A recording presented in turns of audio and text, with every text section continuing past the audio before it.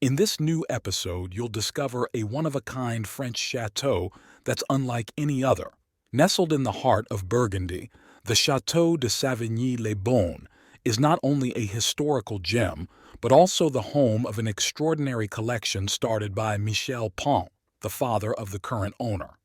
This collection includes almost 100 aircraft, mostly fighter jets brought from around the world, 200 rare vintage motorcycles, and classic Abarth cars. Today, the current owner delves into the rich heritage and unique treasures of this remarkable castle with you. Hello everyone, welcome to Château de Savigny-lès-Beaune in the heart of Burgundy. I'd like to welcome you to this beautiful 14th century residence, which has undergone many changes over the centuries. As you'll see from the tour, there are quite a few remnants that still bear witness to this living testimony to this absolutely exceptional heritage. This building is currently open to the public, meaning that it was originally a feudal building with moats filled with water, the river running through the moats, the river having been diverted just before the castle was dismantled in the 15th century. Certainly the owner must not have taken the good king's side, so he cut off his head in the castle. It was then rebuilt as an open courtyard in the 15th century, with the removal of the drawbridge on the ground floor, which we'll see later, and then an open courtyard with a building that was more or less used as the owner's residence. Now, if you'd like to come with me, let's take a look. And here we're going to go up a staircase based on a copy that Mansart would have made, so with marble on it, with beautiful stones, beautiful little steps. It's a very comfortable, very wide staircase, used to access, among other things, the first floor we're about to visit, which bears witness to this beautiful Renaissance period, we'll find in this room, which was originally entirely covered in hand-stamped Cordoba leather, which unfortunately one of the last owners tore off and resold, destroying what he couldn't sell. Then we're going to find the 5 daughters of Louis XI, which we were able to buy back from a second-hand dealer. In the next room we'll find the painting of the Duchesse du Maine, which was under house arrest here. Well, it was a bit of a luxury residence to be forced to live in. And finally, in the background, we'll find the painting of the Comte de la Loyère, who owned this chateau in the 19th century. In this room, of course, you'll find the famous painting of the Duchesse du Maine. Then there's this lovely Versailles-style parquet floor, which I think was laid when the chateau was rebuilt in the 15th century, and which is absolutely original and on which people at weddings enjoy sliding their shoes a little. Well, it's not too damaged, it's in pretty good condition, it's solid, it's still original. So we had the opportunity to buy this chateau. My father bought it in 1979. Following the thorough looting done by Mr. Dale, an Englishman who was a slightly unscrupulous man, he took the opportunity to sell absolutely everything. Everything that was in the castle, the furniture, the stone statues outside, in short, everything was gone. We bought an absolutely empty shell and were still fortunate enough to be able to recover, among other things, these 5 paintings of the 5 daughters of Louis XI. But just before that, it was Mr. de Volchier, the Count de Volchier, who owned this castle. He had no descendants, no children, no family, and somehow, we don't really know how, managed to sell, or at least the Englishman rather managed to buy the castle from Mr. de Volchier, although we suppose that Mr. de Volchier did not want to sell it. But well, that's just a side note. So we salvaged an empty crate and rebuilt the ceremonial rooms, which you can now see, and which are used for receptions. Of course, we didn't want to renew the period furniture, as it was absolutely impossible to do. We couldn't find it. It was really too expensive for us. And it was never our intention to refurnish the chateau as it was in the past, as the chateau's ultimate destination is primarily for economic and tourist purposes. We can't afford to maintain a fully furnished chateau. So that's why we decided not to pursue the idea of recovering the period furniture, which has now totally disappeared.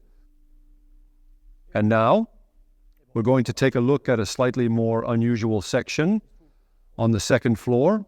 It's thought to be the old courtroom. On the second floor, as you'll see, there are around 200 vintage motorcycles in the collection, as the chateau is first and foremost a collection site for various mechanical items that is unique in Europe. Here we go. Let's go up one floor, still on this beautiful staircase, a copy of Mansart. On the wall you'll find all the posters of the region's Saint-Vincent-Tournant, since we're first and foremost a wine-growing region, let's not forget. And you're going to see all the motorcycles presented here, but there's one motorcycle that's very, very close to my heart, and that's a Durandal, which was my grandfather's bike from the start, a bike that was made in Dijon between 1926 and 1936, so it's quite a rare machine, which my father used to get into a bit of mischief with when he was young. He always kept it, and we had it completely restored. And it's really, I think, going to be the centerpiece of the museum, which will be showcased later when we redo the whole museum.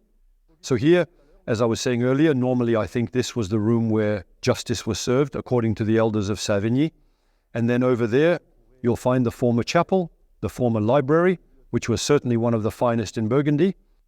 In Mr. de Volcher's day, this library was fully stocked with books of great value, and for the record, in 1959.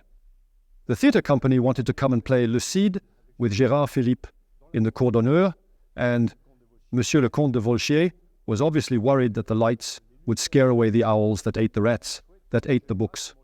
So he told the theatre troupe, "You won't play in the courtyard, but you will play in front of the courtyard." And that's what had to be done. Of course, this library was also plundered by the Englishmen, and the books were distributed all over the place. So to refurnish the shelves, we put in motorcycle engines. Remember, we're a tourist site with a mechanical focus, so we couldn't find the books either, so we filled the shelves with engines. So that's our family's little personal touch. So, of course, you won't just find motorcycles and model airplanes at the chateau. There are also real jet planes, which took us 15 years to collect, because they were a passion of my father's, and of course of mine, not forgetting the fact that my father raced Abarth cars, Italian prototypes, in the 60s and 70s, which he kept.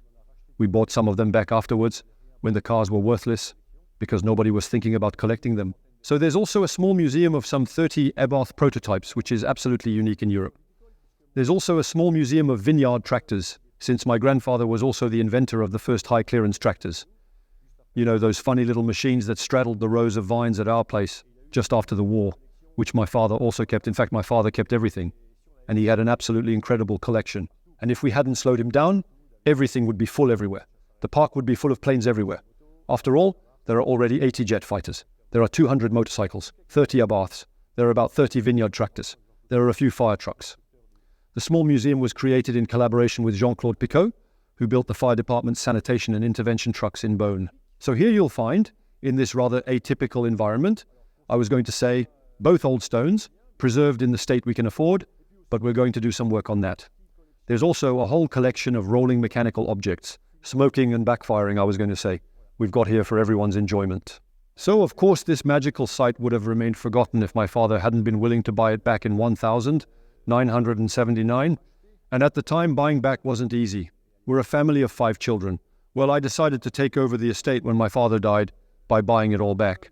And I involved my family in the purchase, my wife and my 3 daughters. And my last daughter, Marie, who you'll be able to meet again one day at the helm of this establishment, is managing the events organization. So, of course, it was complicated. I spent 45 years of my life working with my father. There have been ups and downs. We spent many hours restoring the chateau to its former glory, making it accessible to visitors and open to the public. I remind you that in the 80s, the chateau was closed to the public, with colossal work to be done in the park and inside. The roofs were also redone. So it's a family project that's very close to my heart, and that we're going to continue as far as possible, because there's no question of this heritage going to I don't know who, I don't really know where. So it'll probably never return to its original state as a feudal castle, then modified Renaissance with the original furniture. We'll leave it like that for a while, because we need it. We need the admissions. We do get quite a few visitors. We need that to keep working and restoring this magnificent place. Come with me, I'll take you to show you a little of the ground floor, which is a series of old cellars that we've obviously reworked a little to make it more comfortable for our visitors, with, among other things, the original bread oven and fireplace in this room. Of course, we've reglazed everything because the previous owner had put plaster everywhere to make it look nice, but plaster isn't very attractive. We also think that this room was originally the guard's room, since some of the vaults in the remains of the original 14th century chateau are still original. Some parts of the building are still original, so we think this room is still more or less from the period, but we're not very sure. And then I'm going to take you into the passageway that once served as the entrance to the chateau, since the drawbridge was right here behind the gate, and the building once again was closed. So let's take a look at the outside.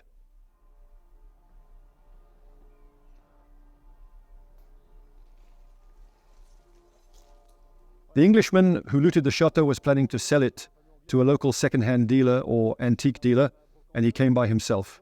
And when he saw the weight of the gate, he said, "No, I can't take it." He had to leave it. So now I'm walking on the old drawbridge, which unfortunately no longer exists. And so we're over the ditches that were used to enclose this building, the original fortified castle. And let's not forget that our profession, above all, is wine growing. So first and foremost, we work the town on 10 hectares of vines. We also have vines around the chateau, which produce a nice little wine called Clos du Chateau. And then my vineyard extends from Volnay, Beaune, Pommard, Meursault, Savigny, just about all the big names. And of course, we take the opportunity to offer sales and tastings of the wines produced at the little chateau. And then, to conclude this visit, I'd like to tell you a little about what we call the Petit Chateau, which was in fact the outbuildings of the Grand Chateau, built at the end of the 17th century, originally used exclusively as stables, pigsties, and probably also to house the people who worked at the chateau. We use it to welcome customers and visitors, and to provide a little accommodation. And then there's a part of this building that's quite special, because it's built in a circular arc with outcropping rock, which makes it quite original. It's a building with its own charm, which fits very well into this courtyard with the great chateau behind it. So there you have it. We're just waiting for you, dear visitor friends, to come and visit us whenever you like.